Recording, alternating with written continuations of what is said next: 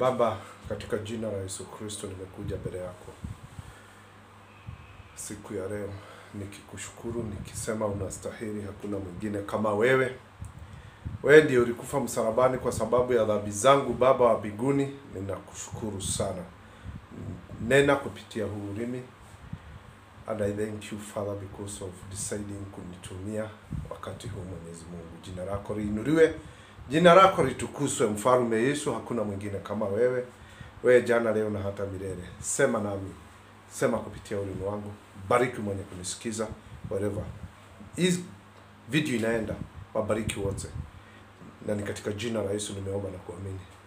My brother, this is another day that the Lord ametengeneza na ameiweka kwa sababu ya upendo wake sisi.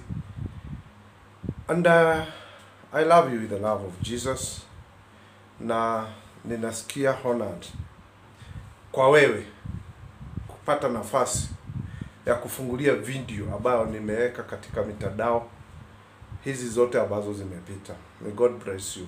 God bless you so much. Siku ya leo nianzie na hii note, na sikuwa niweke video, lakini juu kusubmit kwa Kristo ni kufanya yale ambayo anakuagiza uyafanye. Kuna sauti nimesikia leo na nikasema tu share, maana Kristo, Mwenyezi Mungu anakupenda wewe vile uko. Kristo anakupenda. Nimenenewa kuhusu jambo hili la wale watu ambao tunaajiri katika kazi zetu, na moso ilikuwa ni hii kazi ambao watu wengi wanaitaga kazi ya maid, na kazi ya mama ama wamama ambao tunaita housewife. Huyu mama hafanyi biashara yoyote, yeye ni mke, na most of the time anakaa nyumbani.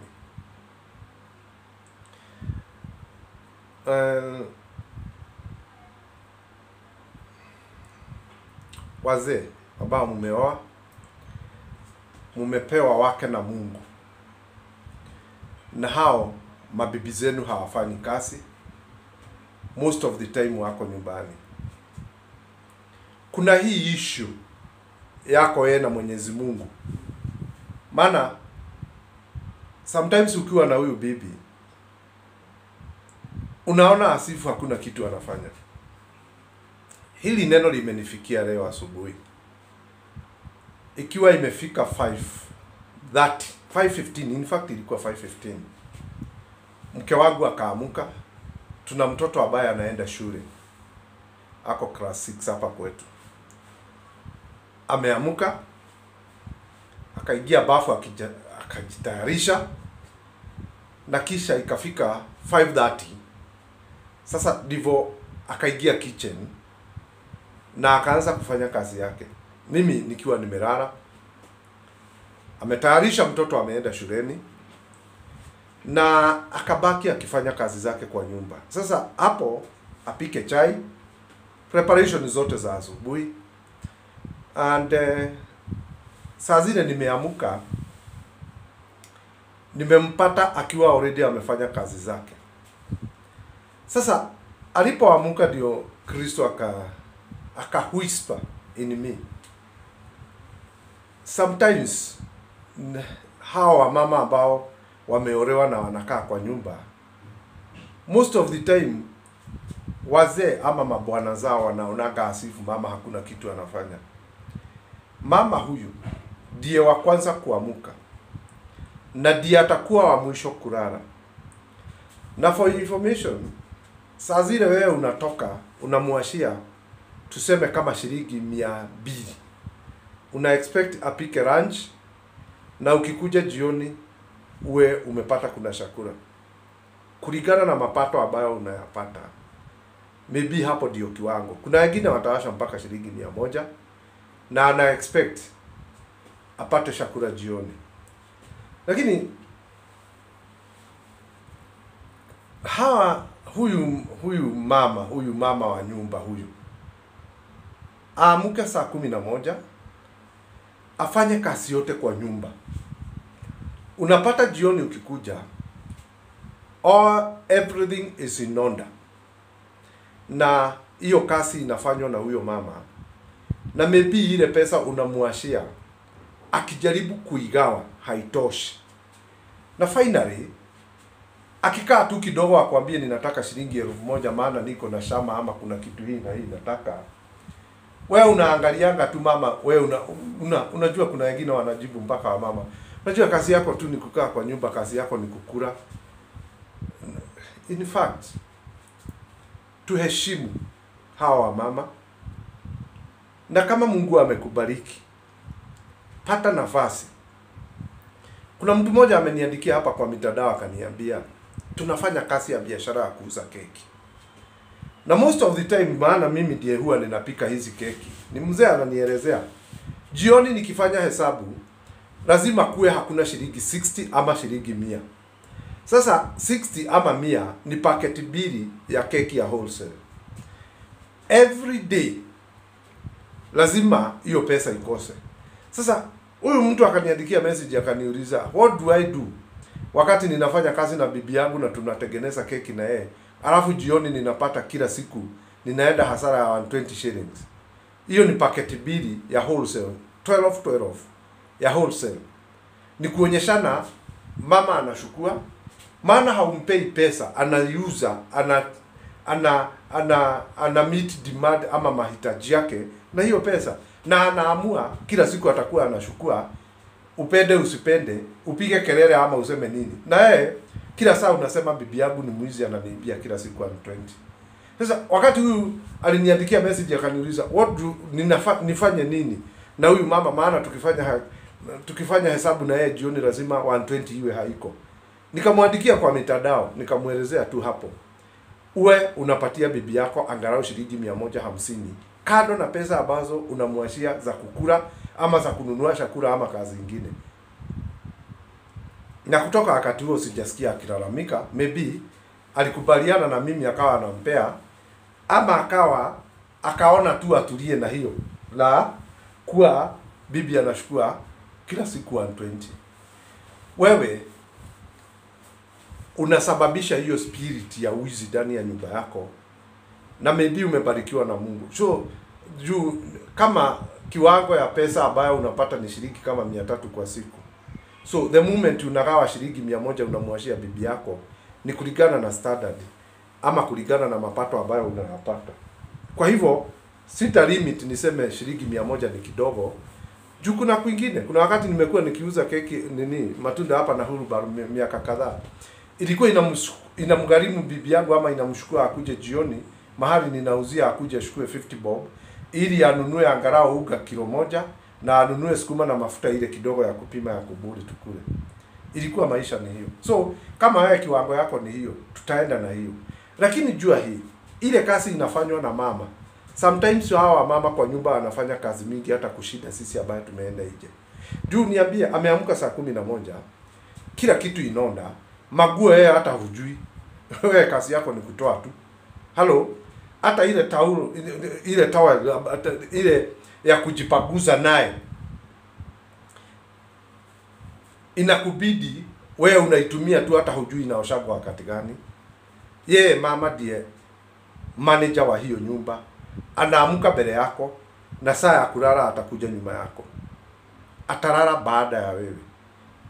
Nao ile kazi wanafanya kwa hizi nyumba, nimejaribu kuangalia, nikaona ile kazi inafanywa na bibi yangu na daily basis. Unajua hapo bereni nilikuwa ninatoka mapema juu ninaenda kuuza hii na hii, naye Mwenyezi Mungu ananiambia stay indoor. Kila simu ikikuja lazima ujibu, kila mtu akikupigia simu lazima muongee na yeye na umuombe. Stay indoor, staki simu. Yani Mwenyezi Mungu ananihimiza simu yote ikiingia kwa line yako lazima uwe available kuishukua na kuongea. Well, sasa nimekuja kujua maana na kazi ambayo inafanywa na bibi yangu wakati anashinda kwa nyumba akiwa peke yake. Hapumziki. Ndio hiyo ameweka saa alarm. Ikifika saa 5 lazima sasa aanze kutayarisha chakula ambayo mtoto atakula lunch. Na kama mtoto amebeba pesa, kuna kazi anafanya. Yaani mpaka jioni ninamwangalia ninamwambia si upumzike angalau kidogo. Ananiambia wewe ndio unaona hiyo ndio maisha yangu. In fact hawa wamama wanafanya kazi mingi kushinda sisi wanaume ambao tunatoka nje. Na mfikirie hiyo wanaume. Na sitaki iwe ati ni kiwatetea namna hiyo uone ni kama ninakufinyilia. Lakini the issue is here.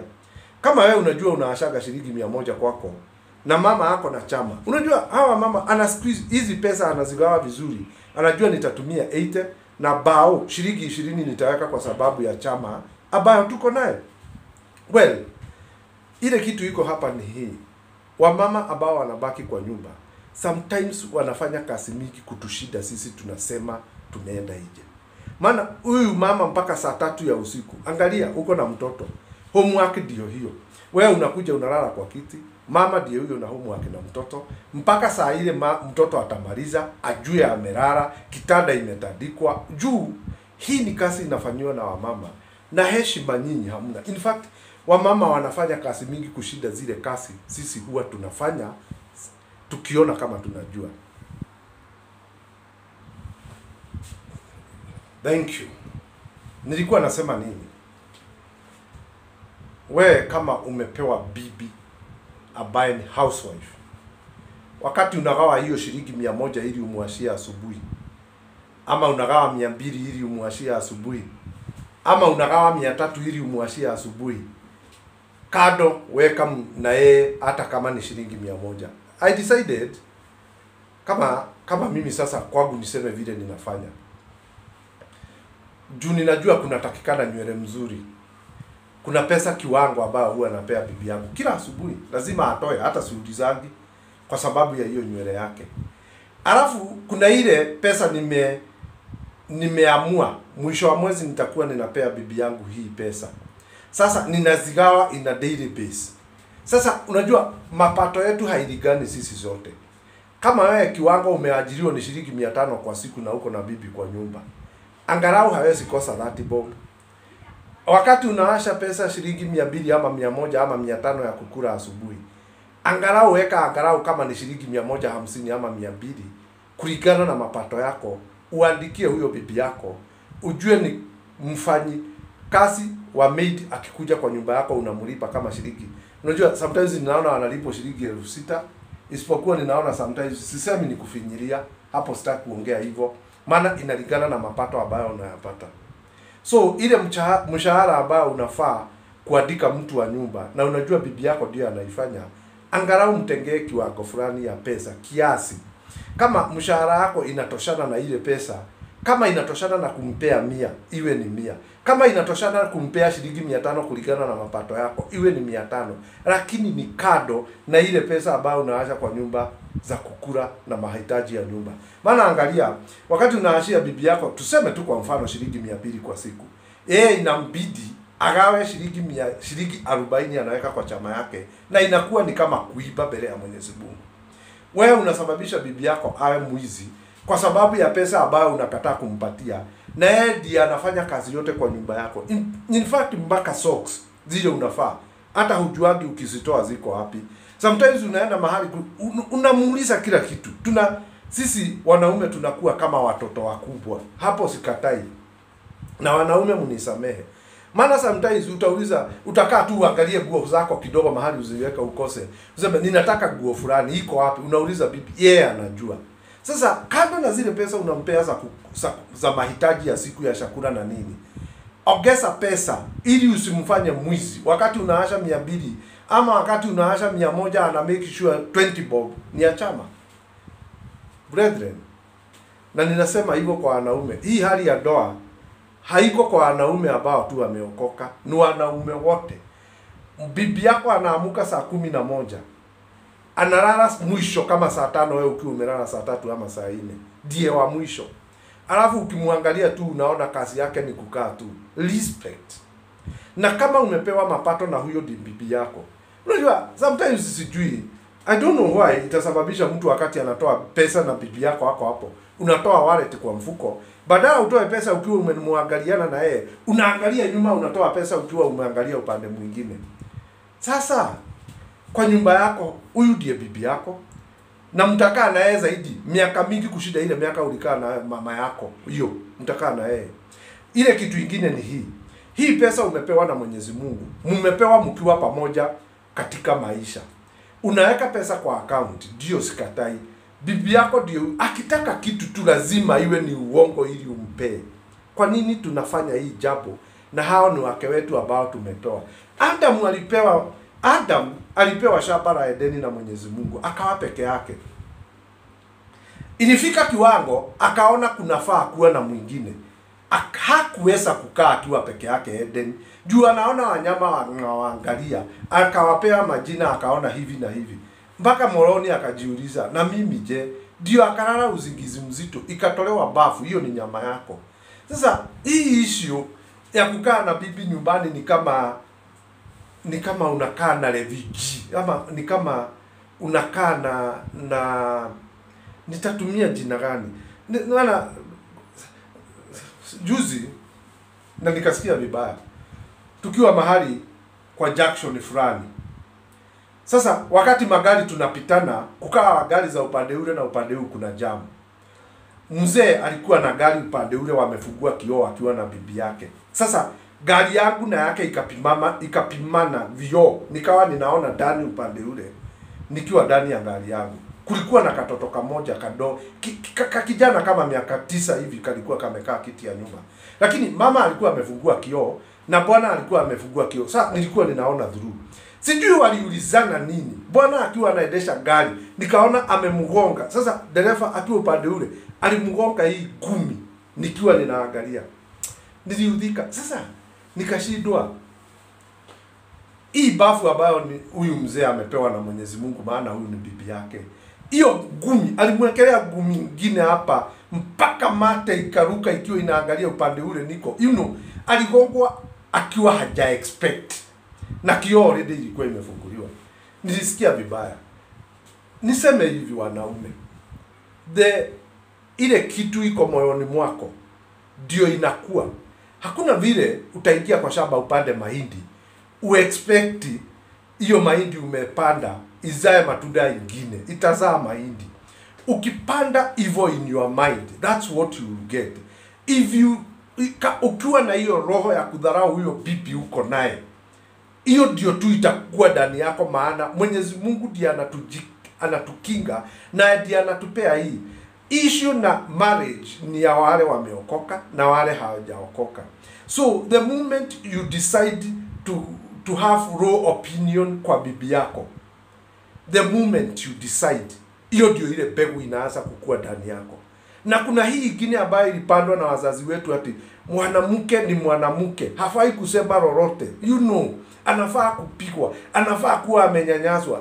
Sasa kama ulishindwa kukaa peke yako, ukaona huyu msichana mkawa na mapenzi ukamlete kwako, hii ingine ya kumdhulumu, unamdhulumu all the time.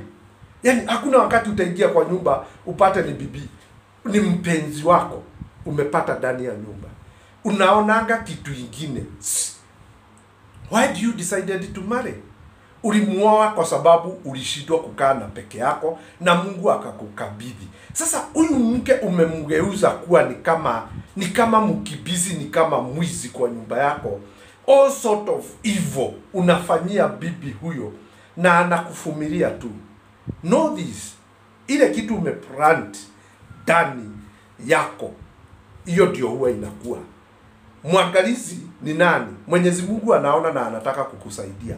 Lakini kwa sababu umedecide Biblia inatuelezea, mbele yetu tumewekewa mema na mabaya. You decide kuchagua. Wakati umepewa bibi na Mwenyezi Mungu, I believe author wa arusi ama doa ni Mwenyezi Mungu. Na wakati akiwa Mwenyezi Mungu, huwa anaweka ile kitu inahitajika ndani ya mwanaume na mwanamke ili awashikanishe pamoja hivi. Hii kitu wakati mumekaa huwa inakuwa, it is called love. love huwa inakuwa. The more mnakaa na mtu ndivyo inazidi kukua. Ukidecide hiyo love kuiweka mbegu baya ya kudharau, the madharau ambayo unayaweka ndani ya hii mbegu ya upendo yatazidi na yatainuka na itakuwa miti kubwa. Diposa kuna rafiki yangu hapa juzi, tukiwa tumekaa na yeye tunacheka. Nilikuwa nimewapeleka mahali. Wakaniambia, Ndumo, juu wewe ni rafiki yetu, tupeleke mahali fulani na hii gari yako tukulipe. Yangu si taxi, lakini nikadecide kuwapeleka.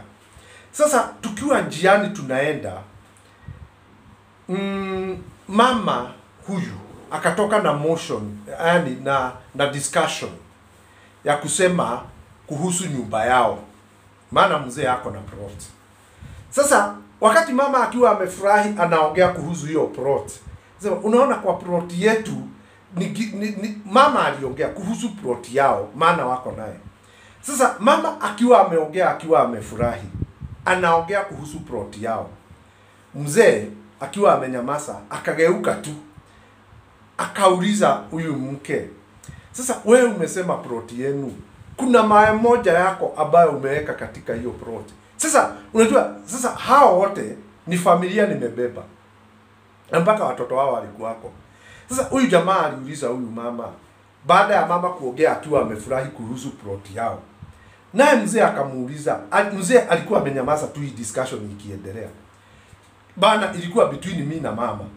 Sasa mzee alipoongea alimuuliza, juu umesema plot yenu kuna mawe yako moja hivi ulilete ukaweka kwa hiyo plot. Sasa niliudhika, let me see this, niliudhika and due to vile nimelelewa na baba yangu na mama, ni hiyo kitu iliniguza na nikasikia vibaya, na nikadecide kutoka siku hiyo relationship yangu na huyu mzee iishe.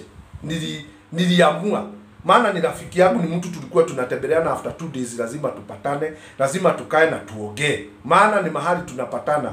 I decided the relationship yangu na huyo mzee iishe. It is better I stand alone than kukaa na huyu mtu ambaye anaonekana kama hako na raha na watoto, lakini anaata maneno ya na hiyo nikiwa pamoja na wao. Nilisikia vibaya. Someone who doesn't respect bibi ambaye amepewa na Mungu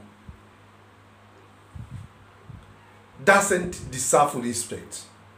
Na nikisema namna hiyo, ninasema kwa sababu mimi nimekaa kwa familia ambayo tumezaliwa na babangu alikuwa anatesa mama sana, mpaka ikafika wakati Mwenyezi Mungu ananinenea, ananiambia atanipea bibi, nikawa namwambia sitaki.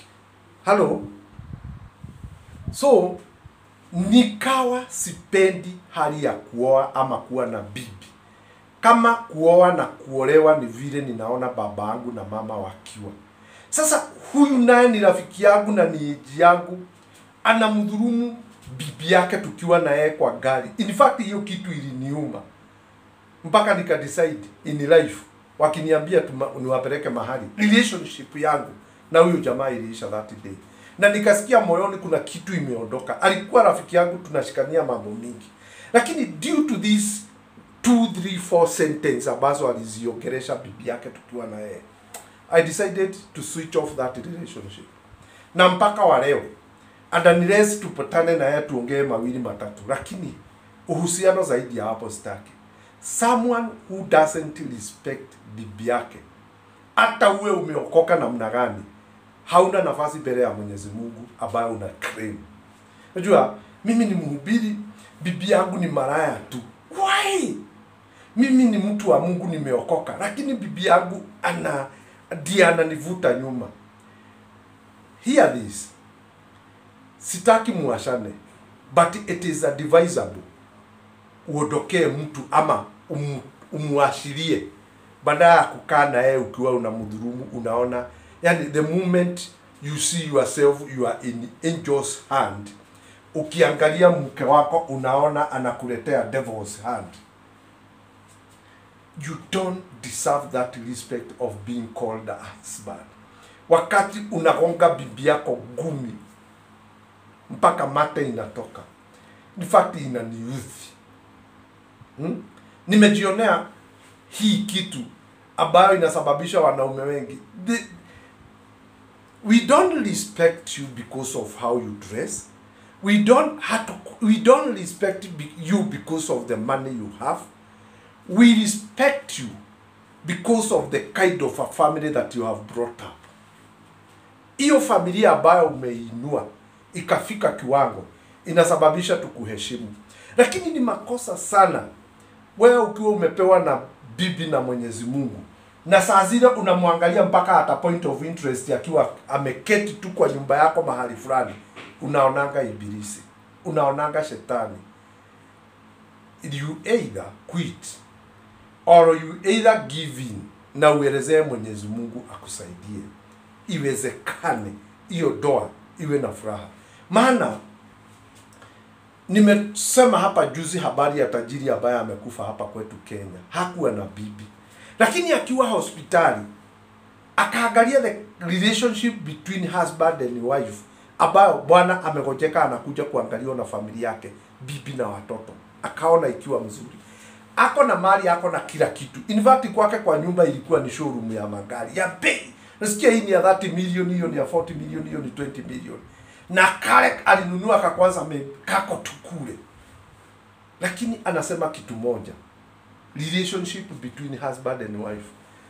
Ni nini hii umefanya mbele ya Mwenyezi Mungu ili akubali kukupea bibi mzuri na wengine hawana? Alafu na wewe unaonanga tu ni ibilisi yako ndani.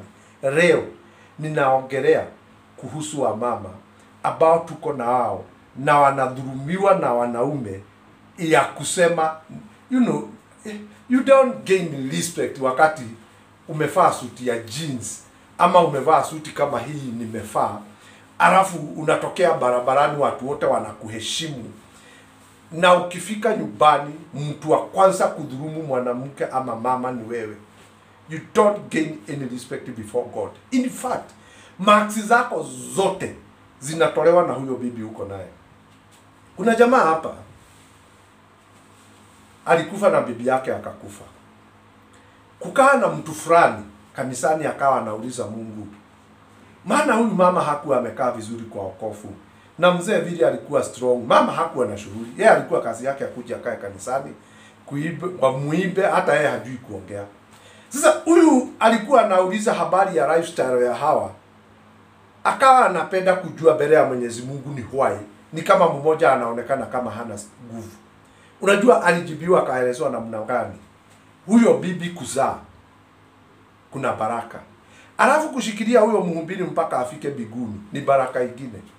Sasa huyu mke ambaye umepewa wewe ukiwa hauna, kuna hivi vile watu wanakuongelesha, wanasema unaona hiki hakikuagi na bibi, hata ukiona kikiwa kisafi namna hiyo. Unaona hiki kilikuwa na bibi mzuri kilifukuza.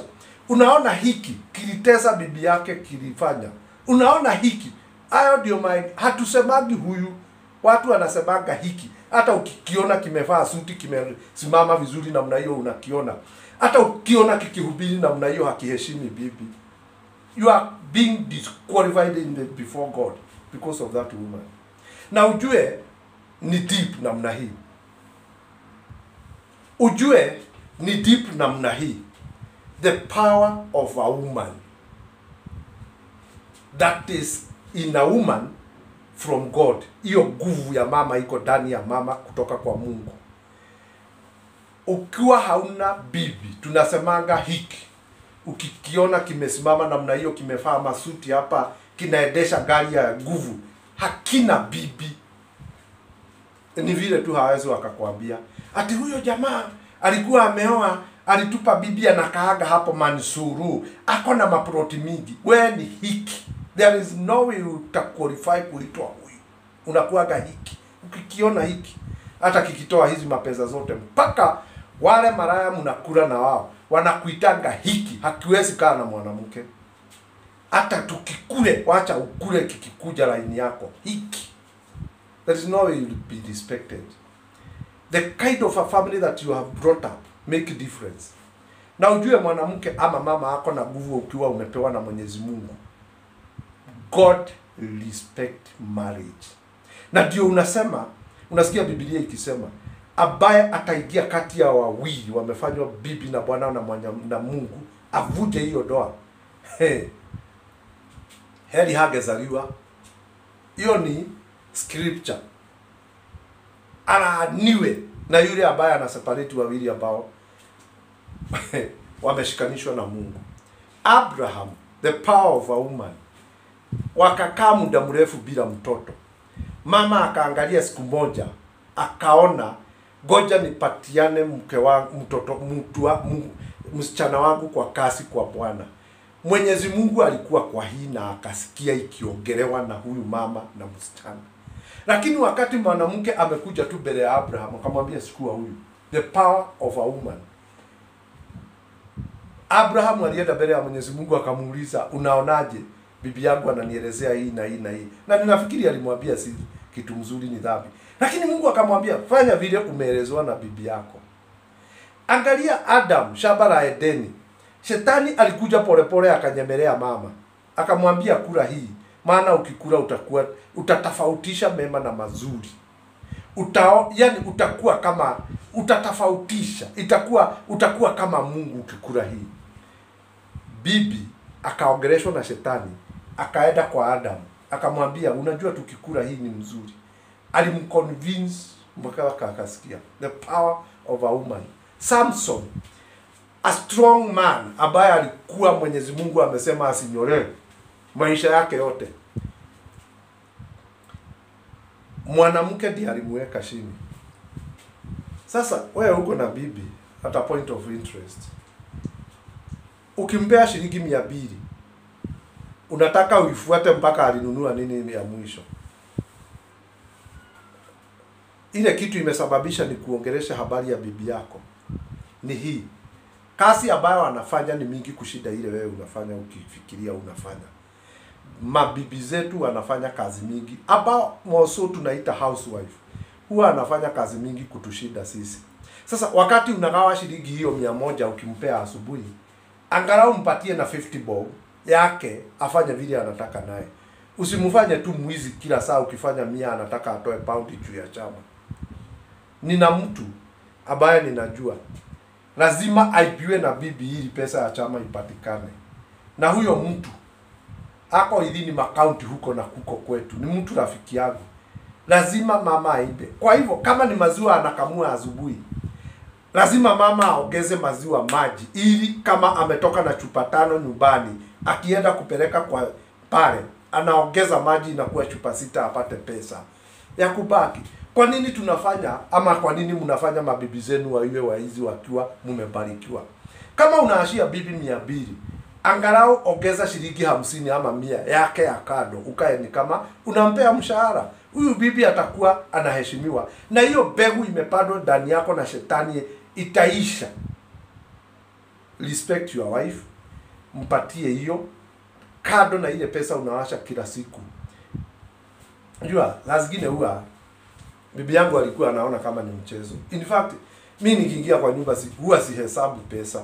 Ile ziko kwa wallet, mimi huwa sihesabu. Na nikitoka asubuhi, itanibidi ninajua kama naashaka pesa fulani, ninazitoa ninawekelea hapo na ninatoka. Kama yeye ameshukua pesa ngapi mimi sijui. Na niliamua kufanya namna hiyo juu nimebarikiwa na Mungu kuwa na mke. Usifanye bibi yako kuwa mwizi mkiwa na yeye. Utajibu hayo maswali mbele ya Mwenyezi Mungu. Kwa nini nilikupea mali na bibi yako ikawa hauwezi ukampatia angalau 200 na yeye alikuwa housewife? Anaamka saa 10 ya usiku, saa 11, analala saa 5 ya usiku. Yeye ndiye kuamka kwanza na yeye ndiye wa mwisho. Kitu ya pili ni maids ambao mnaajiri. Unamdharau huyo maid, unamuashia nyumba yako, unamuashia watoto wako na haumuheshimu. Maids ambao unajua watu wengine tunaletewa na Mwenyezi Mungu kwa manyumba zetu, inakuwa ni kama mtihani. Ukiupita ni sawa. Umeajiri maid, unamdharau, unamfanya kama mbwa kwa nyumba yako. Sifurahii nikiongea hili jambo. Maana ninaona dhuluma ambayo wasichana wa kazi wanafanywa na watu nyumbani. Huyu maid unamuexpect aamke saa 10 ya usiku. Wewe ni mama, umeshinda kazini. Anashinda na watoto, anafanya kazi zote, kila kitu kwa nyumba. na yeye ndiye wa mwisho saa 5 ya usiku kulala. Ukifika tu kwa nyumba saa 3 uone kitu fulani ilikuwa inafaa kuoshwa, na wewe huwezi enda mpaka kwa mpereji, unapatia mindi unamwambia nioshe hii. Unaona anaosha maguo mpaka saa 6 ya usiku. Analala na saa 11 unataka awe ameamuka. People. Hapa siongei na waokofu. Naongea na matajiri ambao mmewezeshwa na Mwenyezi Mungu kuwa na mindi kwa nyumba zenu.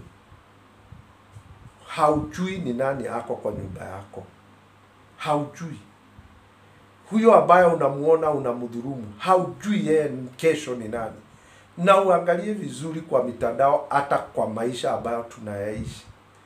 The qualified maid huwa anapewa manyumba na Mungu mpaka mnashangaa. Unapatana na mtu anakuambia ulikuwa umeniajiri kwako kama maid. Brethren, watu ambao wanawekwa mikononi mwetu na Mwenyezi Mungu atufanyie kazi, usiwadhulumu. Maana mwenye kutetea maskini kama huyo ni Mungu, na anasema huwa anasikia kilio ya maskini sana.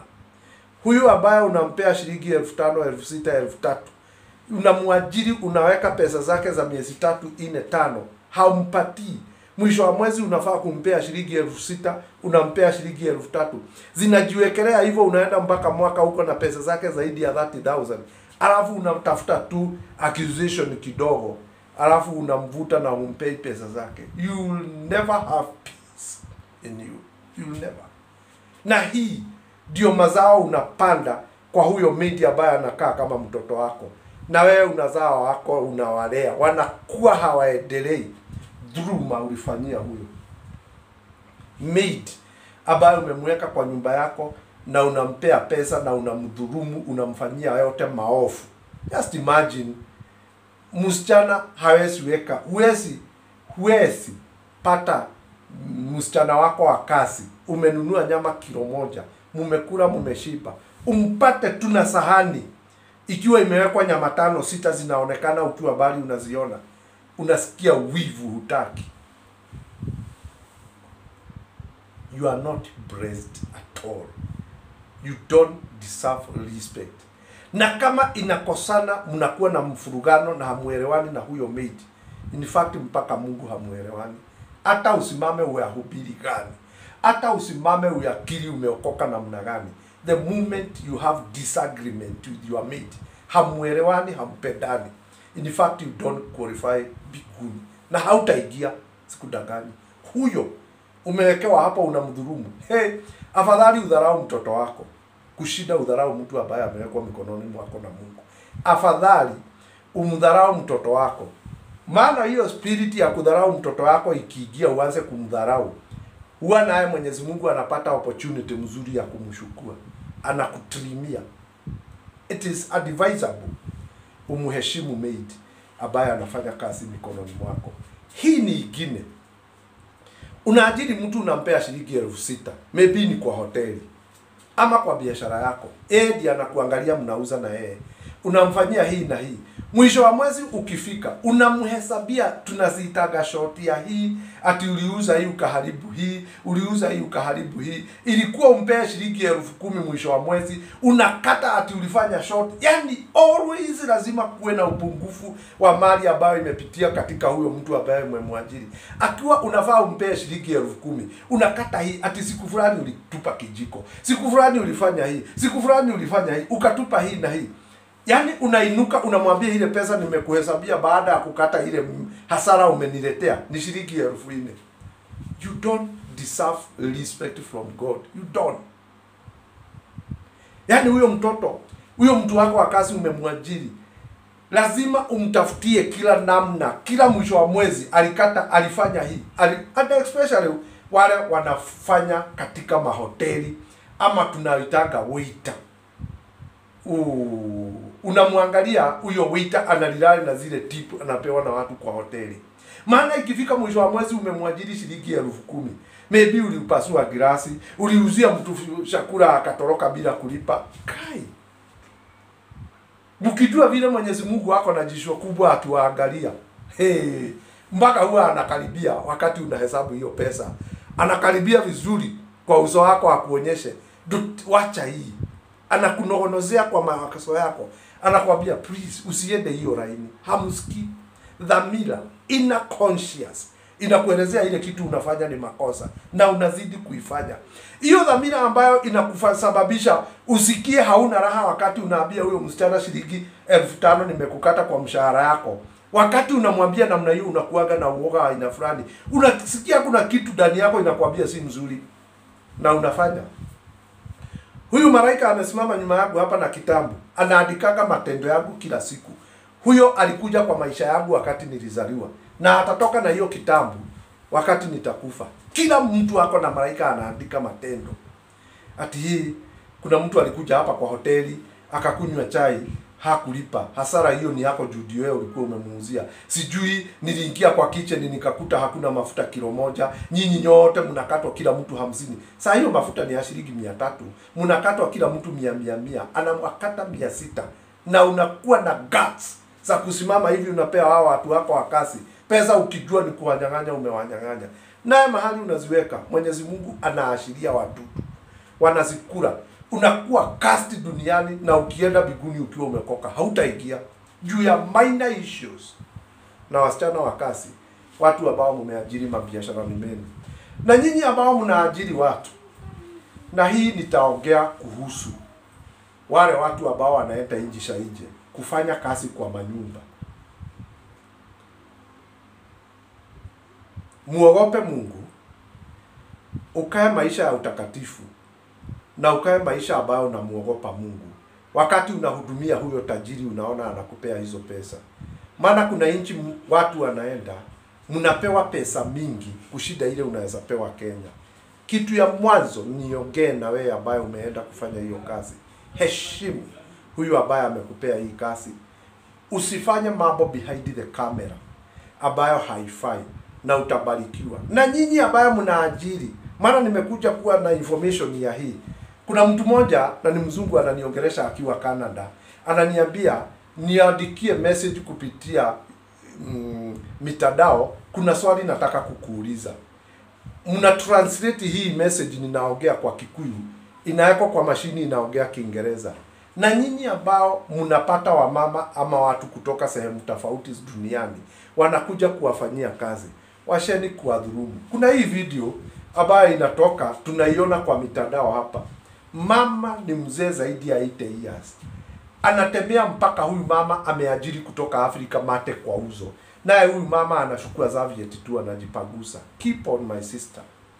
Keep on. Akikudhurumu, vumilia. Maybe because of the pesa unapata. Lakini vumilia kwa sababu ya Mwenyezi Mungu ambaye amekuumba wewe. Unaona huyu mama anatembea, huyu mama mzee, huyu mama anatembea, huyu mama ameajiriwa kwa nyumba mate kwa uso. Naye huyu mama anamwambia, ninachukua video ya vile unanidhulumu, nitaletea mtoto wako. Bravo. Keep on my sister. Na hiyo tabia ya kuvumilia, utabarikiwa duniani na ukae kwa wokovu vizuri. Ukifika mbinguni utapewa taji. Nyinyi ambao mnaajiri na nyinyi ni matajiri, maybe watoto wenu wanawashukua, wanawaandikia watu wa kuangalia mkiwa matajiri. Wewe mama, wewe bwana, washa kudhulumu huyu ambaye umeletewa. Inafika kiwango unaona huyu mama anatemewa mate kwa uso.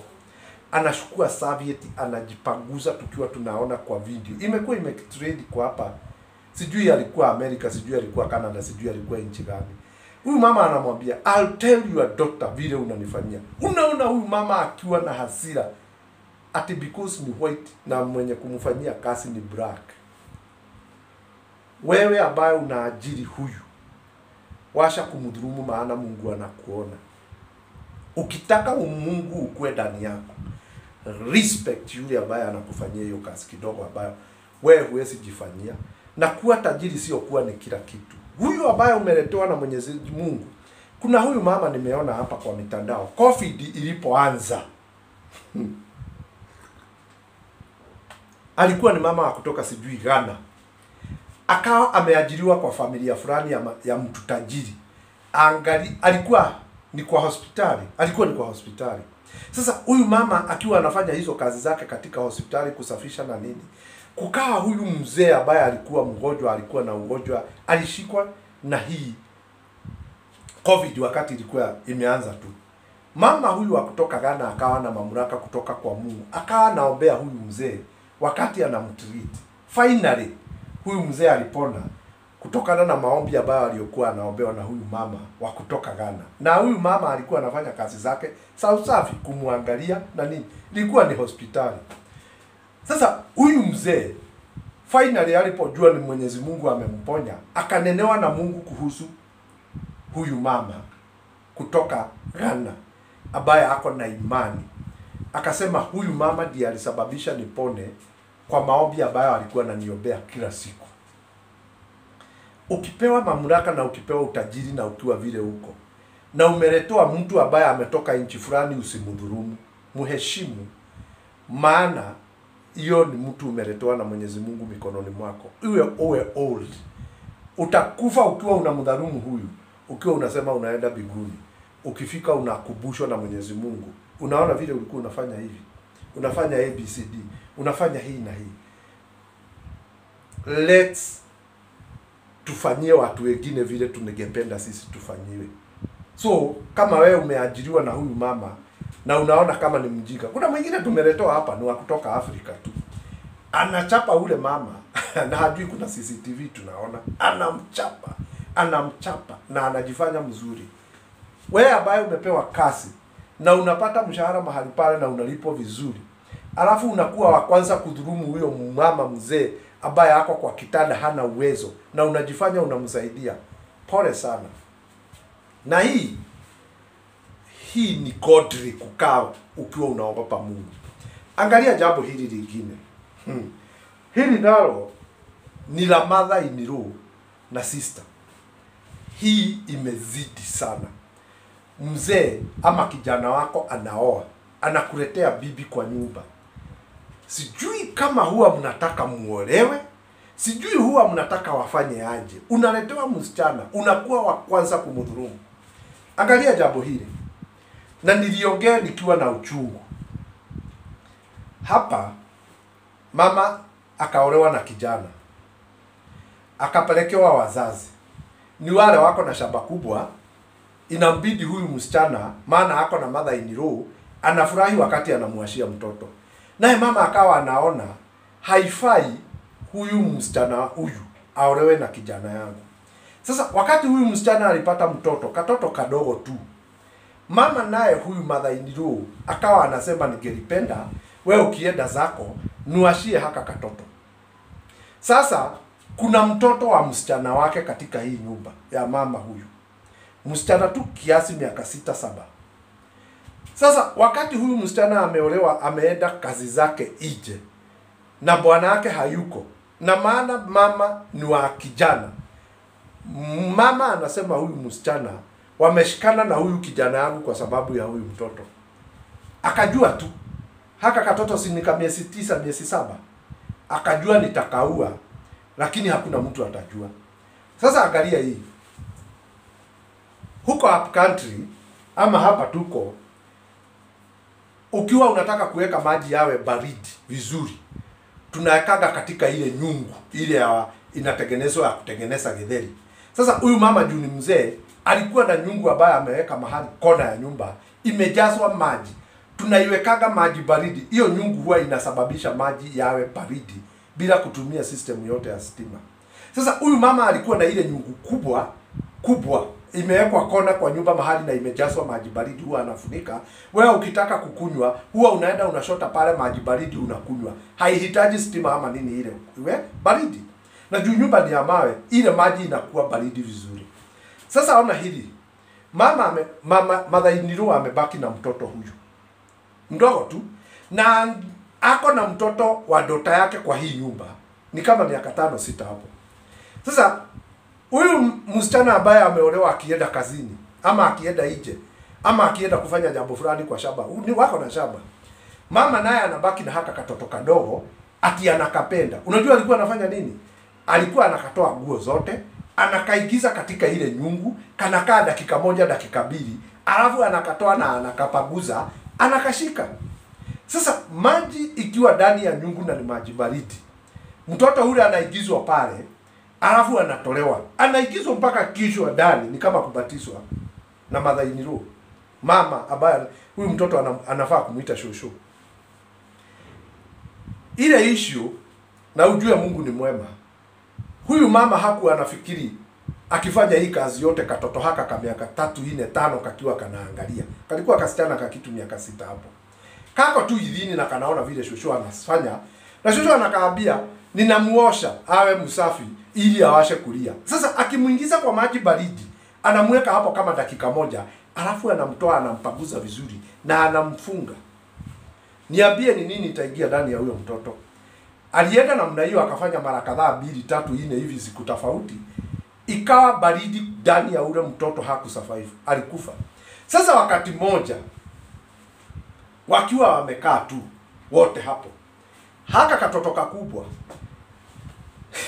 kakatokea siku moja, kakaanza kuongea ile story ya vile shosho huwa alikuwa anaigiza fulani wetu katika maji ile, na anamtoa, anampagusa, anamuosha. Hiyo ilitokea namna hiyo, na game ikawa short. Mtoto alikufa. Daughter-in-law akajua mama ndiye alifanya hii kazi yote, na mtoto wake son akajua mama ndiye alinifanyia hii mambo yote. Ile shida ilitokea kuanzia hapo. Huwezi control tena. Mother-in-law, please,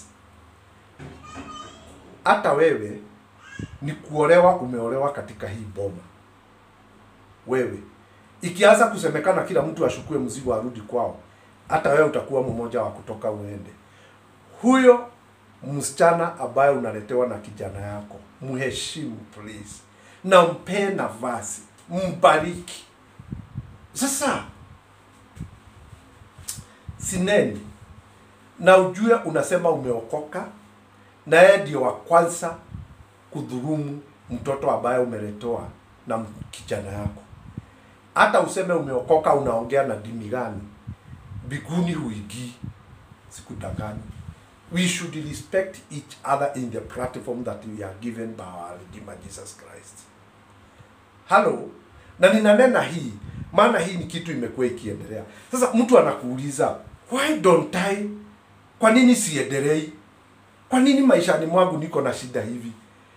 Mambo ingine mnaenda kwa wahubiri mkisema ninaenda kutoa generation curses. Haitokani na generation curses.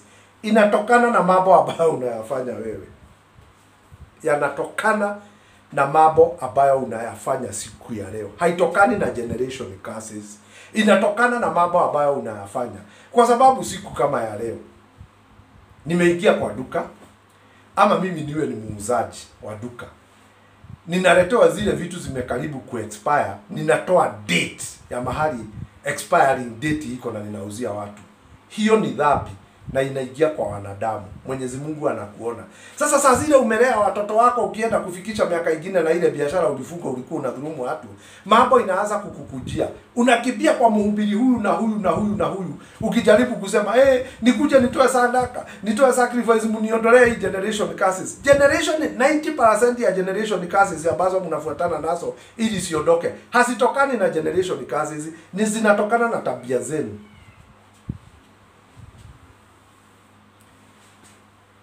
Love me, hate me, I don't apologize for this. Maana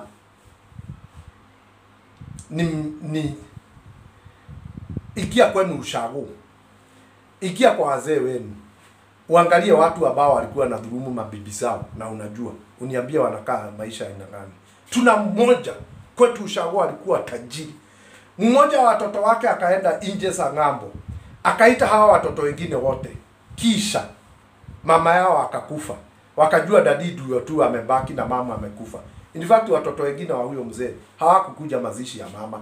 Walikaa wakasema, si mamangu amekufa, na vile dadi anafanya ABCD, kama mama amekufa si amzike peke yake, maana hatupatii nafasi tukae vizuri.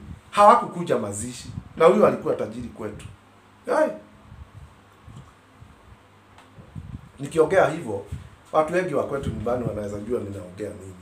Hello, mwingine anaoa bibi ya pili. Unadhulumu bibi ya kwanza kwa sababu ya bibi ya pili. sijui unafanya bibi yako mfanyikazi kwa sababu ya bibi ya pili. This is not godly.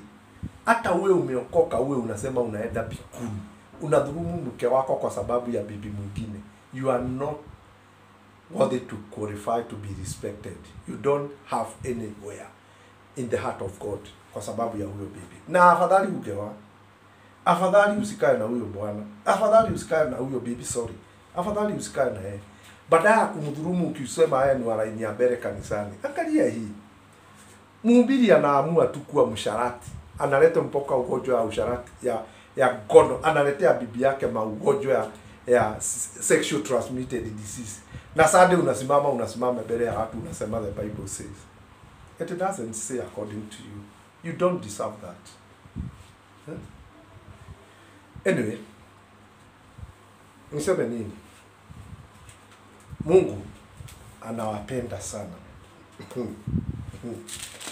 Najua sometimes tunaona azifu ni mchezo Mwenyezi Mungu akisema anatupenda. Unaweza kuwa disqualified na Mungu kwa sababu ya maid. Utakuwa disqualified na Mungu kwa sababu ya huyo bibi yako. Utakuwa disqualified mbele ya Mwenyezi Mungu kwa sababu ya huyo mtu umeajiri kazi, unamdhulumu. Utakuwa disqualified mbele ya Mwenyezi Mungu kwa sababu ya mtu ambaye umeandika shamba boy, unamdhulumu. You gain nothing. Na ujue the moment umeanza kukosana na Mwenyezi Mungu, the moment unaanza kudhulumu huyo mtu, the moment Mwenyezi Mungu anaanza kukaa mbali na wewe. Nikisema hivyo, ninasema juu ninajua ni hivyo. Well, Yesu anaweza yote. Na tuheshimu hawa watu nimeongea kuhusu. Maid, wafanyikazi ambao mmepewa na Mwenyezi Mungu, awe shamba boy, umeletoa huyu mtu anafanya kazi kwa nyumba yako, mheshimu. Usimuone ati kwa sababu ametoka nchi nyingine ni kama hako na umaskini mwingi. Mambo yote yanatendeka vyema kwa sababu ya Mwenyezi Mungu. Mwenyezi Mungu ndiye ako control ya hii issue, mambo na watu yote. So kama wewe umepewa mali na hujapewa hii na Mungu, mwingine anakuja kukusaidia, muheshimu. Hiyo ndio point of interest. Maana na mjue hizi mnaita laana siku hizi, ati ninaenda kwa mhubiri kutoa hii na hii laana iniondokee. Zingine si laana, zingine ni sisi tunajiletea. Juu kama kwa mfano nimeletewa mfanyikazi msichana na Mungu na hapo na fifa kama Jacob, alafu amekuja mikononi mwangu. Unajua Mwenyezi Mungu huwa anamulinda vile huelewi. You know, analindwa na Mungu kwa njia nyingine huelewi. Sasa wakati umeletewa huyu na Mungu anataka awe trimmed, anataka kumfundisha kupitia kwako, na wewe unamdhulumu, inasababisha Mwenyezi Mungu na wewe adilu na wewe. Hapo ni two-way traffic. Huyu anampenda na anamlinda. Wewe naye amekupea utajiri na anataka uwe na respect. Usipoitumia ile njia Mwenyezi Mungu anataka uipitie, hasara ni kwako. Maana utaletewa mtu ambaye hako na kibali kama Joseph. Angalia katika ile nyumba ya bibi ya mfalme, jamaa ameingizwa huku na ni mtu muaminifu mbele ya Mwenyezi Mungu. Naye unataka umdhulumu mpaka ulale na yeye cha nguvu. Akikataa unapiga duru unasema alikuwa anataka kukurepu. Hapo ni two-way. Mwenyezi Mungu anadilu na wewe sawa sawa. Maana yeye anapenda yule na wewe hujui. Hao wengi tunaletewa mikononi mwetu. In fact wengi sio vile unawafikiria, wengi sio vile unawashukua. Ndio wametoka na hii shida unaona uko naye. Think about in your life. Ni wapi ulienda vibaya ikasababisha mambo mengine ikuje.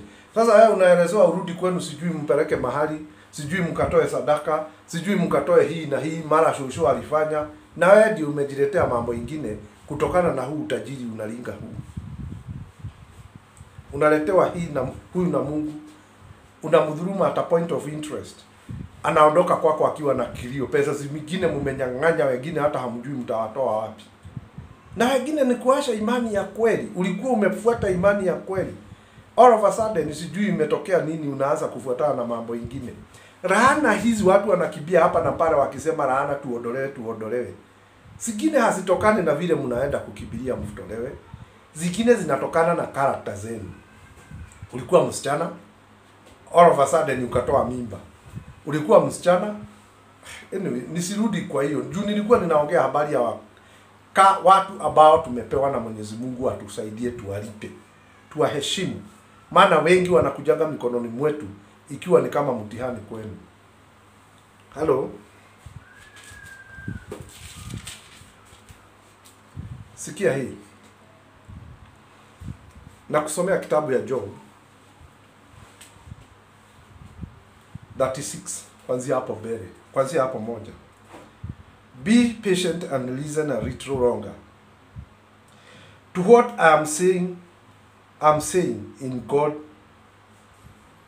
behalf. What I'm saying in God's behalf. My knowledge is wide.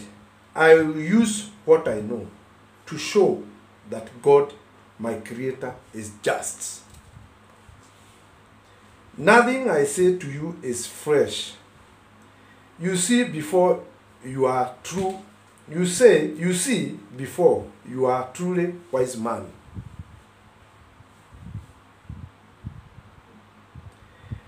How strong God is, He despises no one. There is nothing He doesn't understand. He does not let sinners live on. Haashiri mwenye dhambi akae tu. And He always treat the poor with justice. Mwenyezi Mungu haashiri. He does not let sinner live on. And He always treats the poor with justice. He protects those who are righteous. He allows them to rule like kings. Unaona hapa saba. Unapatana na shokora. Anaishi street za Nairobi.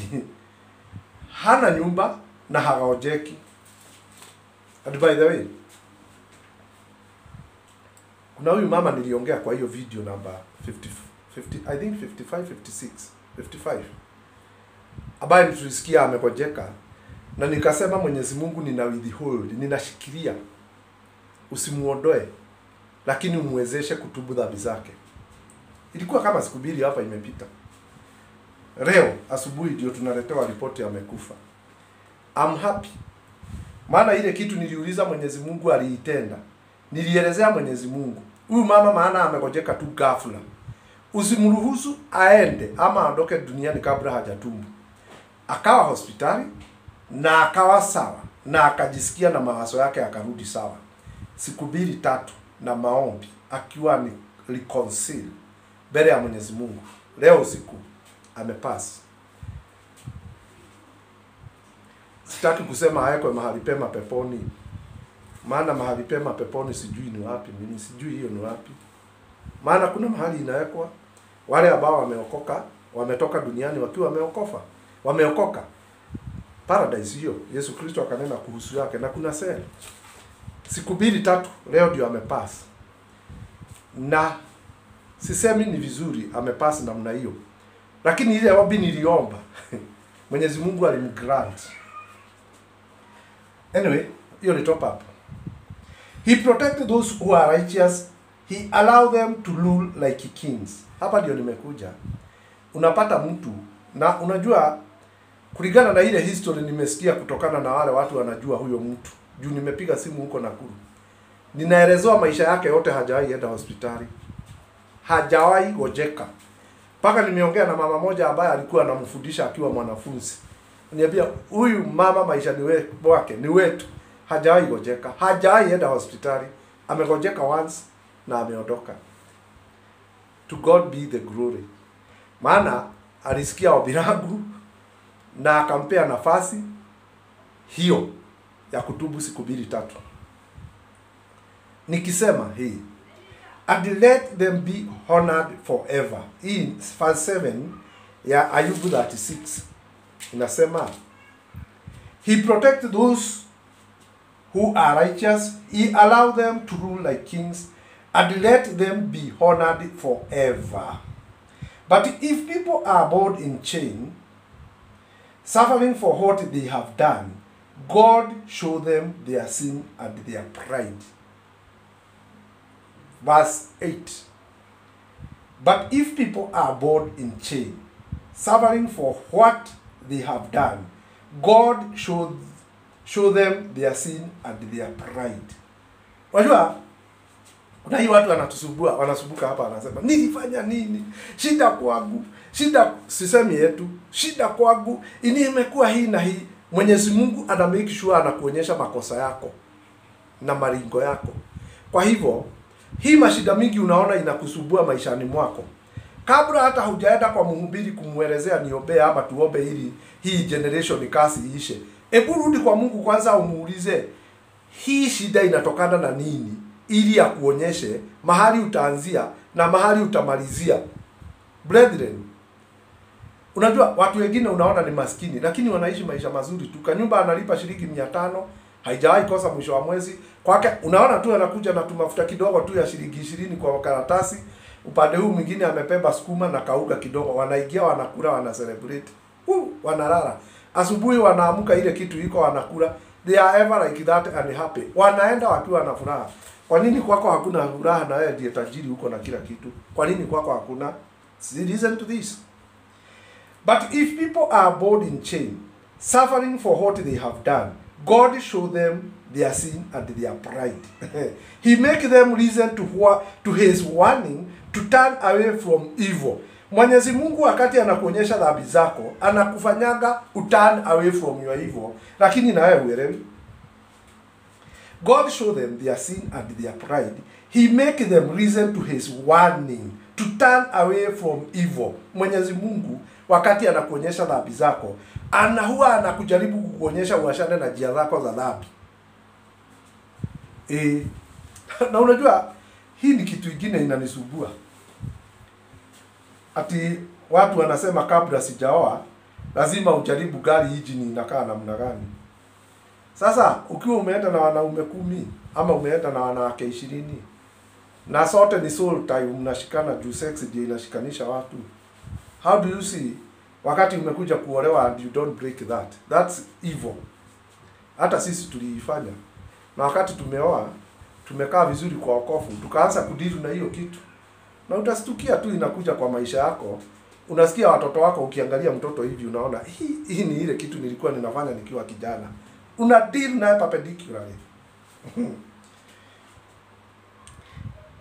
If they obey, sikiza hii, he make them listen to his warning to turn away from evil. If they obey and serve him, they live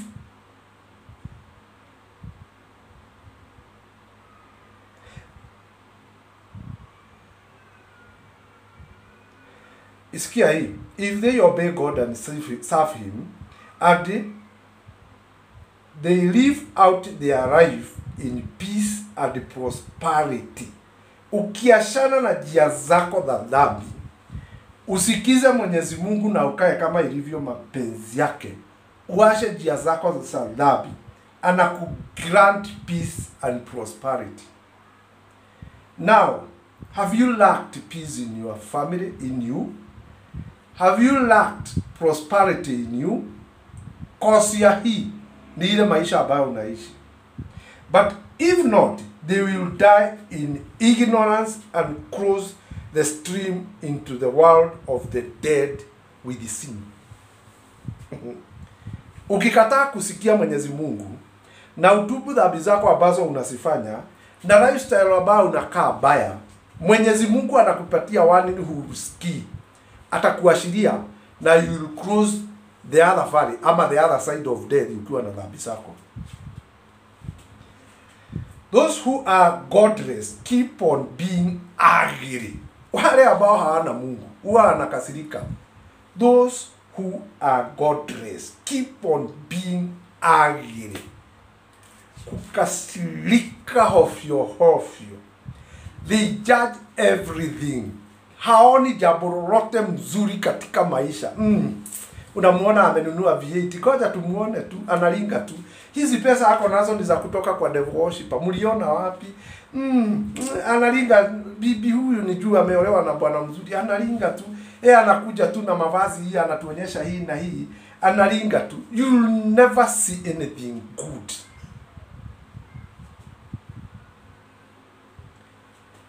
Mtu akinunua kitu mzuri kushida wewe, hiyo ni vita. Mtu mkae kwa ploti na yeye uone ananunua kila siku, ananunua kitu mzuri, anaikia kwake kwa nyumba, analinga, anaona. Those who are godless keep on being angry, and even when punished they don't pray for help. Wakati unaona hii mashida yote yanakupitia wewe, ati unaonaga maofi ya wengine wote, hakuna kitu mzuri unaonaga ikifanywa na mtu mwingine. Ukisikia serikali inafanya hii, tunakuwa opposite ya hiyo. Uhuru hatumutaki. Sijui huyu mbunge wetu ni nini. Sijui, yani always complaining and angry of unakasirika kwa kila jambo. Hakuna kitu mzuri inakuja kwako. Mtoto tu akikuongelesha vizuri unakaa kama mama yako. You are always. Those who are godless keep on being angry, and even when punished, they don't pray for help. Unajua, wakati unaona mambo mengine inakulemea, ama unaona mashida mengine, ama wewe ni mtu aina hiyo nina describe hapa, you are supposed to ask God for help. They don't pray for help. They die while they are still young. They die while they are still young. Worn out by a life of disagree. You see, they die while they are still young, worn out by a life of disagree, but God teach people through suffering. Mateso 36:15 yasema, but God teach people through suffering. Mateso ni fundisho kutoka kwa, yani Mwenyezi Mungu huwa anatumia mateso, suffering, kufundisha mwanadamu. Leo hii wateseka kidogo tu. Hello? Siendi zaidi hapo. Maana sisi zote tunataka kutorokea ile mateso ambayo yanatupata. Tunataka kutorokea mateso ambayo yanatupata. Tukifikiri kukaa bila mateso ndio kukua na Mungu vizuri. Lakini Mwenyezi Mungu asema hapa aje? Alikuwa anaongea na Ayubu. But God teach people through suffering. 36:15. And use distress to open their eyes. But now you are being punished as you deserve. Now you are being punished as you deserve. Ukikataa kuomba msaada kutoka kwa Mwenyezi Mungu wakati huko kwa shida fulani, kama zile kukasirika, kutoona kitu mzuri imefanywa na mtu, kila siku una complain, my brother anajifanyanga tu, my sister in law anajifanyanga tu, my brother anajifanya ndiye tajiri hapa, wewe tu akikuja nyumbani lazima zote tukuoshee gari, ukikataa kuomba Mwenyezi Mungu wakati huo akusaidie, unakufa na dhambi zako, na wewe ndiye unaenda ukiqualify kwa shetani. But now you are being punished as you deserve. Hii that 17 inasema, kulingana na haya tumesoma hapa mbele, punishment ambayo unaipata siku ya leo, unaipata kwa sababu ya ambayo umeyaweka moyoni mwako ya dhambi. Sasa ikiisha ikiwa imeifa, punishment ndio inaanza. Punishment ni kama gani? Saa zile unahitaji school fees na ulikuwa na pesa bereni, ndio unaanza kukosa school fees ya watoto mpaka wanafukuzwa. Be careful not to let bribe deceive you or riches lead you astray. Utajiri kukupeleka kado. Be careful not to let bribe deceive you or riches keep you astray. It will do you no good to cry out for help. It will do you no good to cry out for help. Lilia Mwenyezi Mungu akuokoe.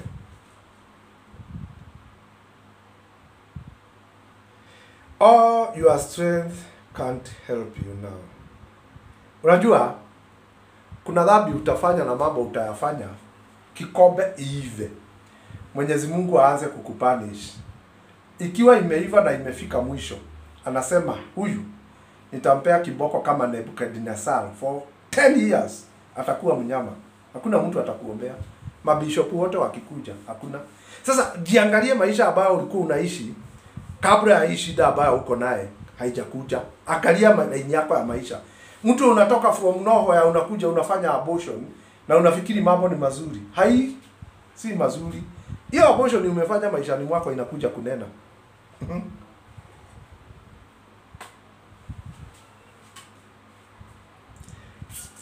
Hapa sikia hii.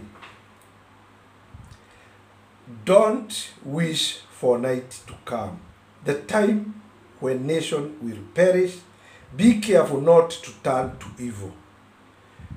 Unajua kuna mtu mmoja aliniambia hapa, mimi nasikia nikiwa nimeshoka na wokovu ni kama hakuna kitu mzuri inatokaka kwa huo wokovu. Nimekaa kwa wokovu muda mrefu na sioni maana yake. Wewe ndio unaambiwa ukishoka, don't wish for night to come, the time when nation will perish.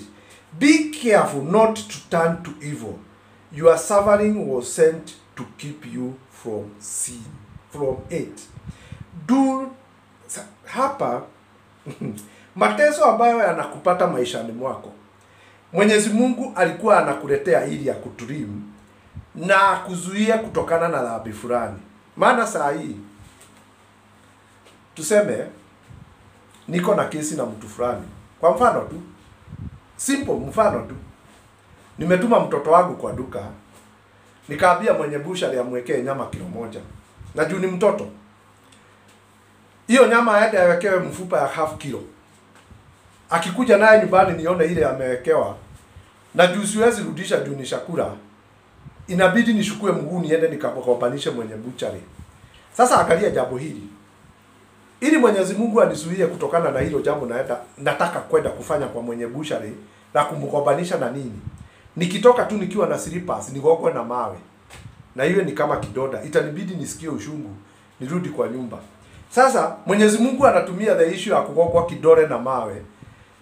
Ninasikia ushungu mpaka inaanza kutoa damu, ninarudi kwa nyumba. Unajua ananisuia nini? Hiyo ni mateso nimepewa, kugogwa na mawe. Ili nisiende kugobanisha mwenye buchari ambaye ameuzia mtoto wangu nyama ikiwa na mfupa kubwa. So simple like that. Don't wish for night to come, the time when nation will perish. Be careful not to turn to evil. Your suffering was sent to keep you from it, from evil. Suffering ambazo umeletewa na Mwenyezi Mungu zinakujaga kwa maisha yako ili zikuzuie kutokana na hivyo ambayo ungeenda kufanya pale. Nimekupea mfano mzuri, wanyama na mtoto. Halo, ninatuma watoto wangu hapa siku nyingine. Kuna dawa inaitwa Relief nilikuwa nataka kununua. Kaskitu ninauziwa 50 bob. Wakaingia kwa mama mwingine na huwa ninanunua kwake, anawauzia shilingi 100. Ninasikia nimeudhika.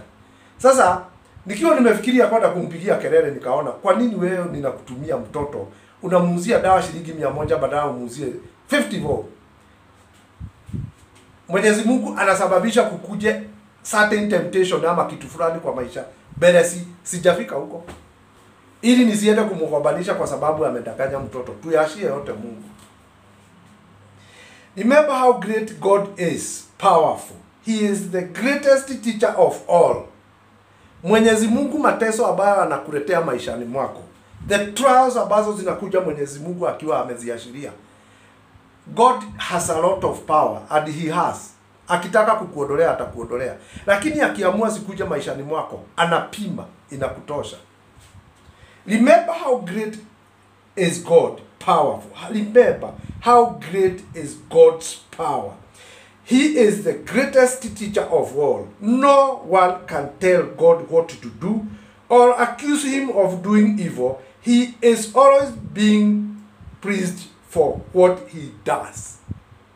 Kwa hivyo, hata ukilala umelala jana siku ya leo, unafaa, na hapa ndio niliongea kwa hiyo video ingine, never doubt your God. See this. Remember how great is God's power.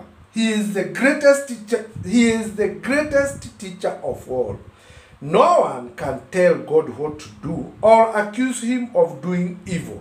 He is always being praised for what he does. Akikuchapa kiboko unasema asante. Akiashiria ugonjwa fulani kwa maisha yako unasema asante. Akikunyang'anya bibi yako ama bwana yako anakufa unasema asante. Akiashiria mtoto wako ambaye unampenda sana akufe unasema asante. Maana ninaongea kuhusu kifo, maana ndio the deepest someone can suffer through. Akiashiria mtoto wako ama mama yako akufe ukiwa unampenda unasema asante.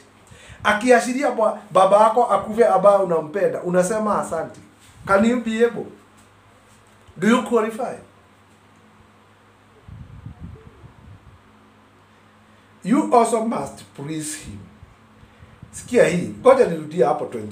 Remember how great is God's power. He is the greatest teacher of all. No one can tell God what to do or accuse him of doing evil. He has always been praised for what he does. You also must praise him. You also must praise him. Wakati gari yako imeanguka imeangalia miguu juu, unasema asante. Wakati umeingiwa na waizi, unasema asante. Hey, who qualify? Mtoto. Everyone has seen what he has done, but we can only watch from a distance. Mambo ambayo yanafanywa na Mwenyezi Mungu tunajionea, lakini observe from a distance without saying anything. Silent. Mdomo moja, masikio mawili. Kwa hivyo masikio isikie mambo mingi, mdomo iongee kitu kidogo.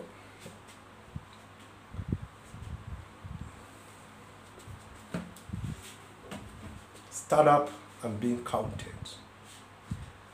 Do you qualify? You know, na sijui kwa nini watu wanafanya hivi. Mtu ananunua magirasi ya maana, mwingine ananunua vikombe mingi za gold na za bei. Anasiweka tu kwa kabati, hatumii. Mpaka wakati wanakula wanatumia vikombe ya plastic. Wanaweka sizo zingine hapo. Hasitumiki. Zinawekwa tu hapo. Ati kwangu zimejaa za gold.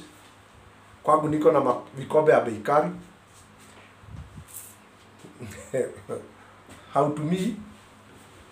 Huwezi pea familia yako chakula na hiyo vitu. Huitumii. Alafu unaiweka. Mwishowe unazeeka, unakufa, unaziasha. Zilikuwa za nini ulinunua? Za kuweka tu. Na hii ndio inanishangaza.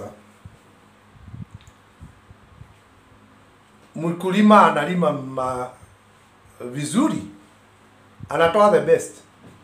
Lakini anajiashia ile the quality baya. Anauza the best.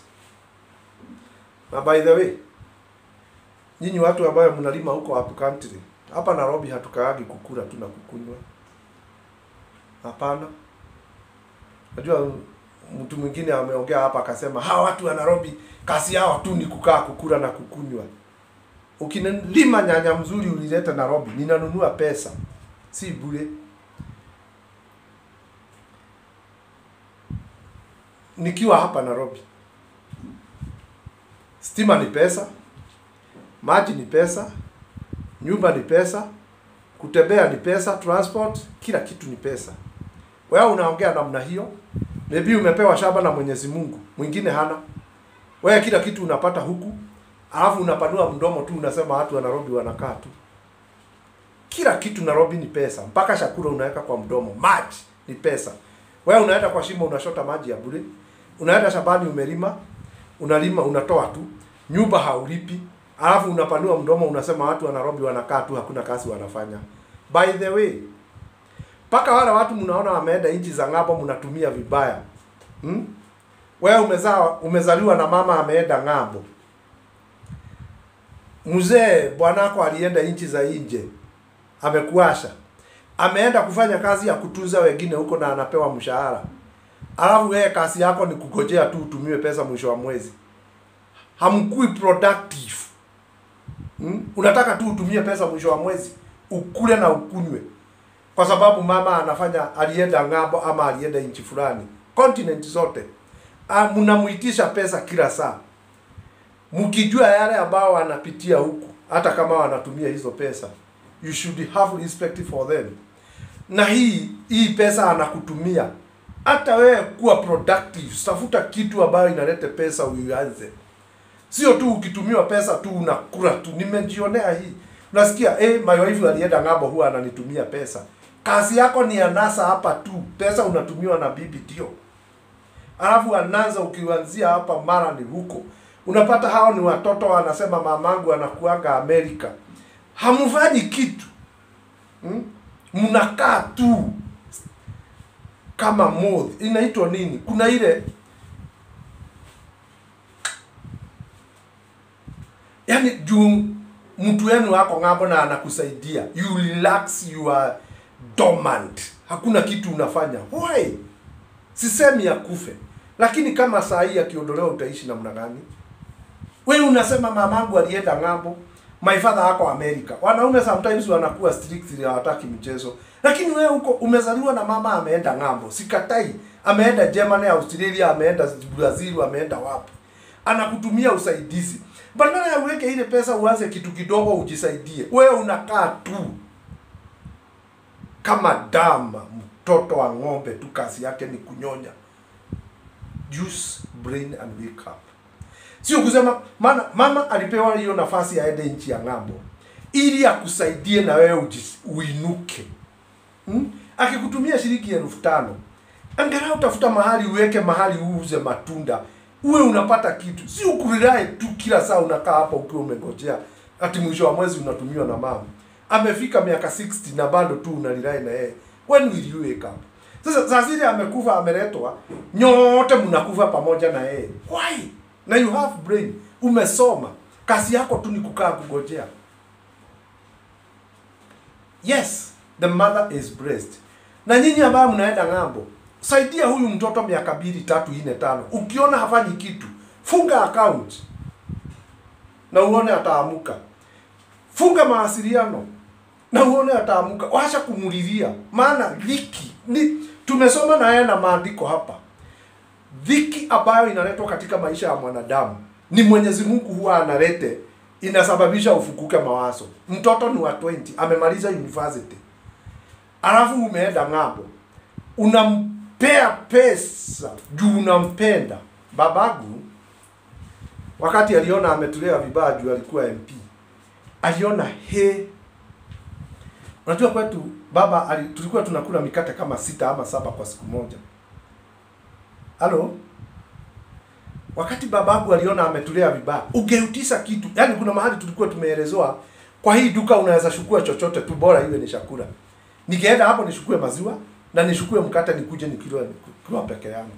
Lazima baba alipe jioni. Ile kitu unataka hapo. Na juu mwili unapenda hiyo. Wakati baba aliona anafanya makosa kwa sababu ya kutuweka namna hii, aliamua kufunga hiyo milango yote duka, akasema msibebe kitu.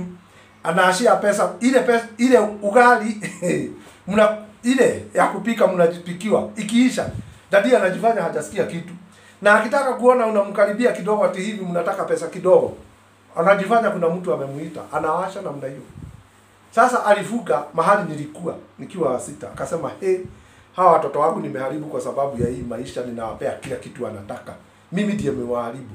Nyinyi ambao na nyinyi mumeenda nchi za nje na mmebarikiwa, hamujapewa na Mwenyezi Mungu huu utajiri, alafu watu wengine mko na hao hapa watumie vibaya.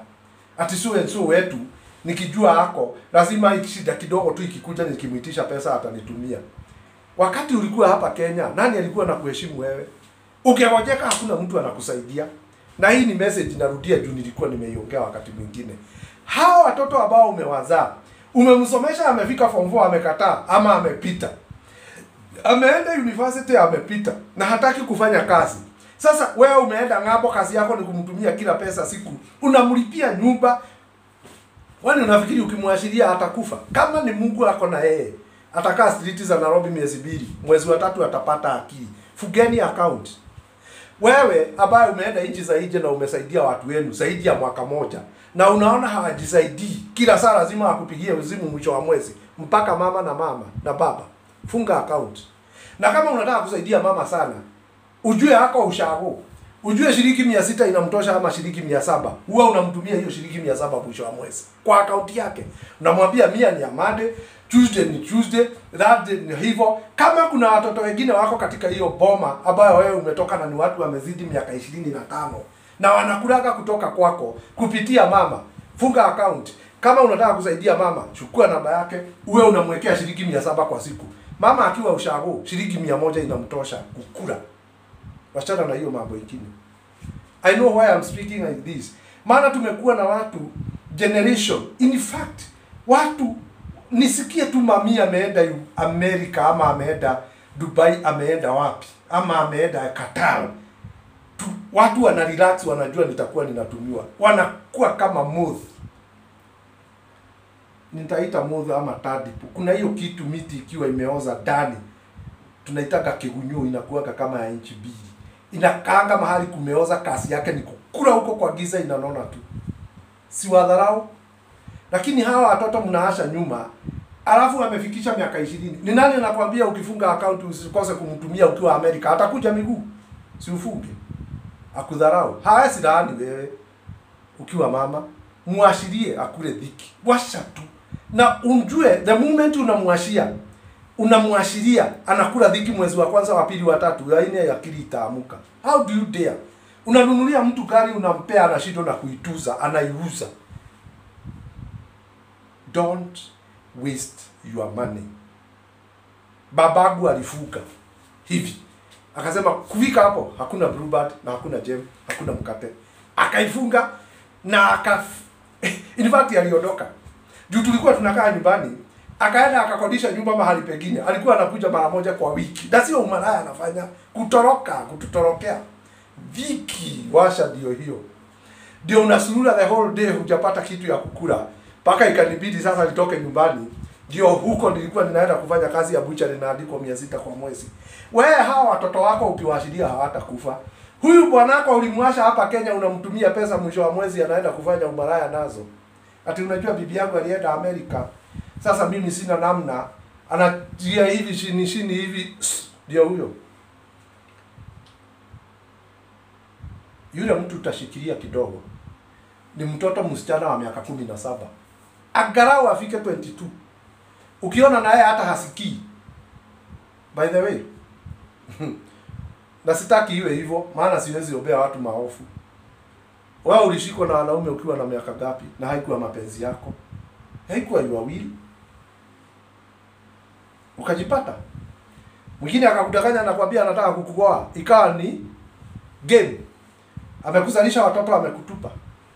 Uko na watoto tofauti, 3 na wazazi tofauti. Ulikuwa unakibiria uolewe, haikuwezekana. Sasa hivi umebarikiwa na Mungu huko nchi ya nje. Believe this. Ninaongea maneno ambayo Mwenyezi Mungu ananipea. Hawa watoto ukiwaashiria wakule dhiki, wataamuka within the next 6 months.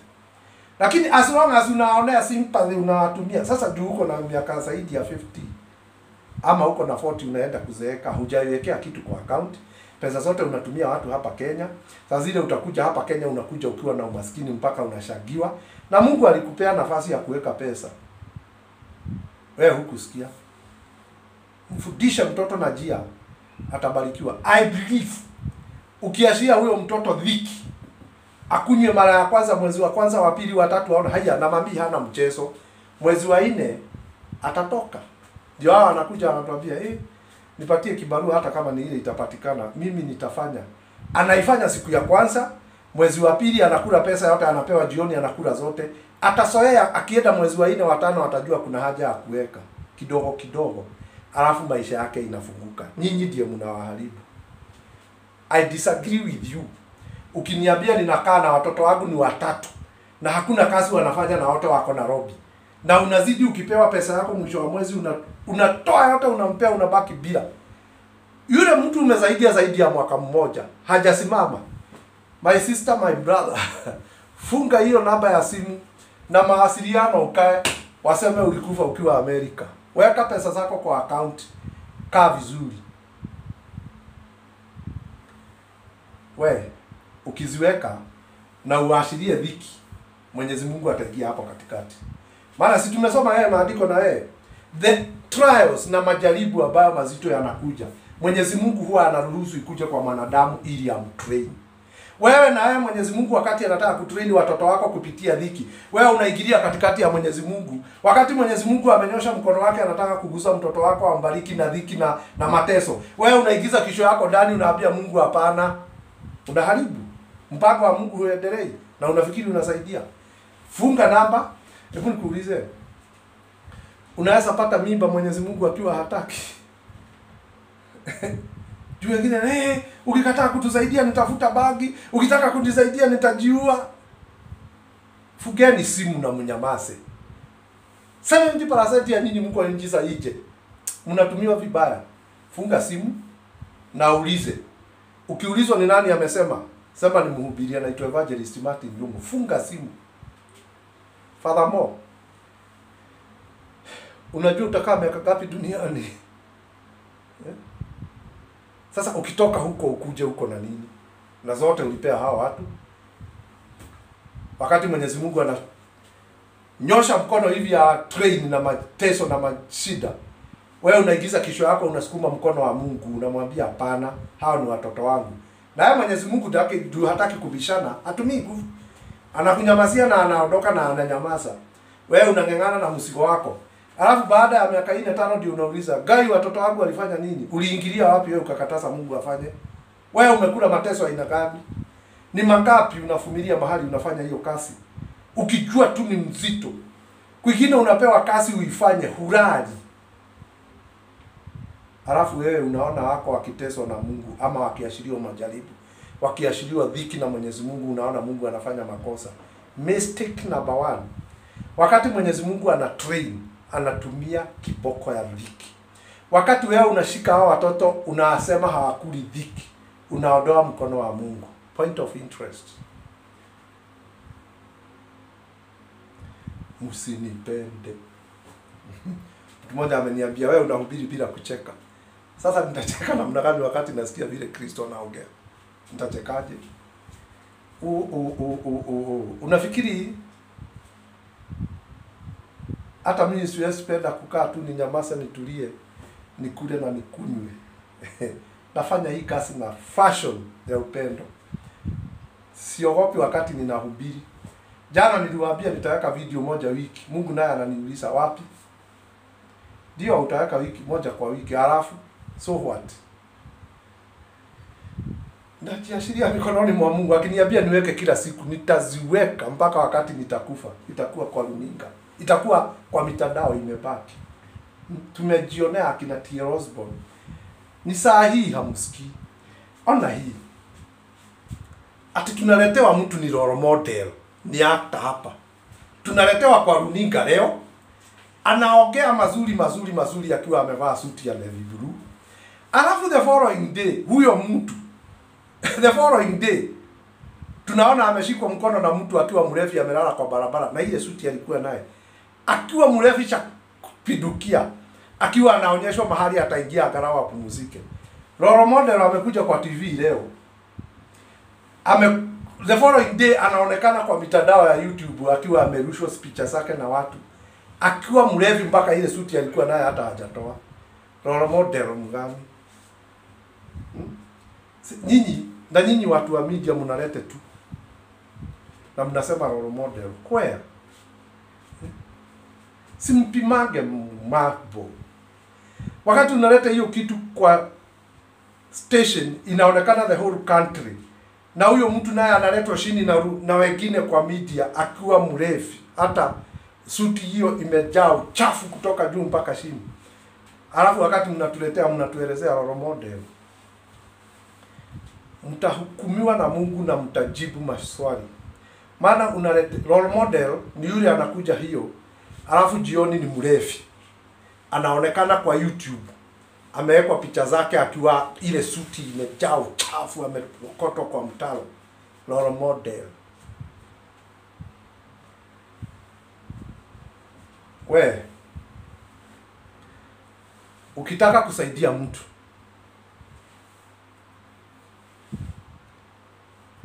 washa okay. Halo? Kwa nini nasema namna hii? Ukitaka kusaidia mtu, mlete kwa Limelight.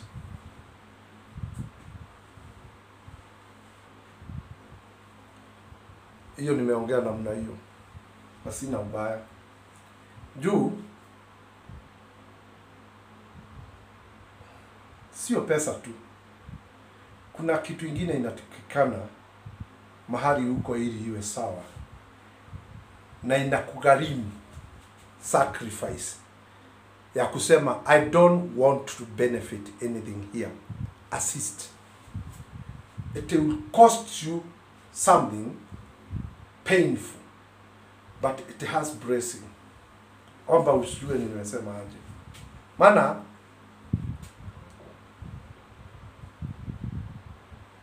anyway, ile shida iko Afrika ndio iko continent zingine zote duniani. Ile iko Afrika, iko continent zingine zote duniani. Ukienda Amerika, ukienda Europe, ukienda wapi? Hizi ukienda Arabuni, Middle East na wapi? Shida ni moja. Tunaona asifu Mungu ako mbali na ako karibu na sisi. God bless you. God bless you. I bless you. Wewe umesimama na mimi katika platform. I bless you in Jesus mighty name. Nyinyi ambaye mmefanywa miujiza kupitia hii platform, I bless you in Jesus mighty name. Na Mungu na ashiria baraka kwa yoyote ambaye anasikiza hii video katika jina la Yesu. Bless them, give them peace. Inua wengi kwa wokovu, bariki wengi. Wale ambao wamegojeka magonjwa ambayo si yao, waponye na ashiria uponyaji katika jina la Yesu Kristo. Mwana wa Mungu, pokea sifa. Trade in our midst. Bless them, oh Father. Na uongee na huyu na kupitia ndoto na kupitia maono. Kristo, na kushukuru.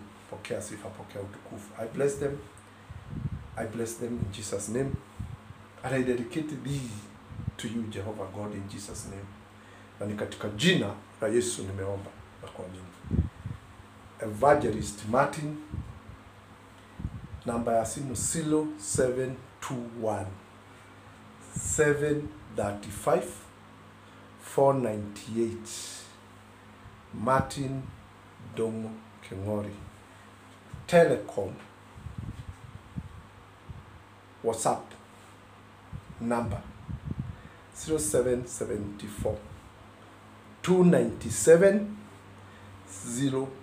055. Shalom.